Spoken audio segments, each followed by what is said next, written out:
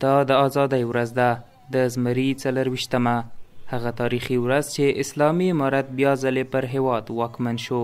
دغه ورځ د هرات د بدني روزنې او ورزش ریاست له لوري د سپورتي نندارو له لارې ونمانځل شوه.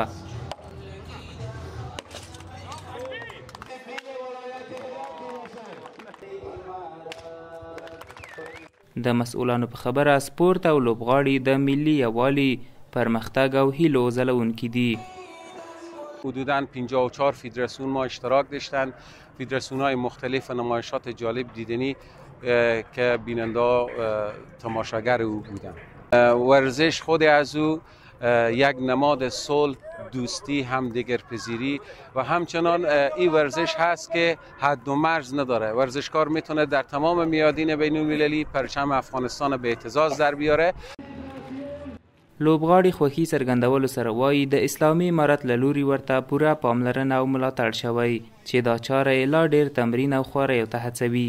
د دوی په خبره د هیواد د بریا دغه ورځ باید هر افغان ونمانځي، که د ورزش، هنر، علم یا هر بلې مثبتې لارې څخه وي.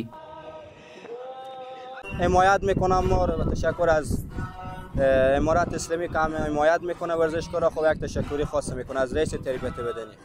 روز استقلال افغانستان ما چی برای ما افتخاره که ما بتونیم بیایم به نمایشات خود انجام دهیم، دستاوردها خود انجام دهیم و به نمایش بگذاریم. در همچین روزی که ما همچین نمایش‌های برگزار کردیم و نمایش‌های انجام دادیم باعث شد تا جوانان بیشتر تشریف باشن و بیشتر به ورزش رو بیارن.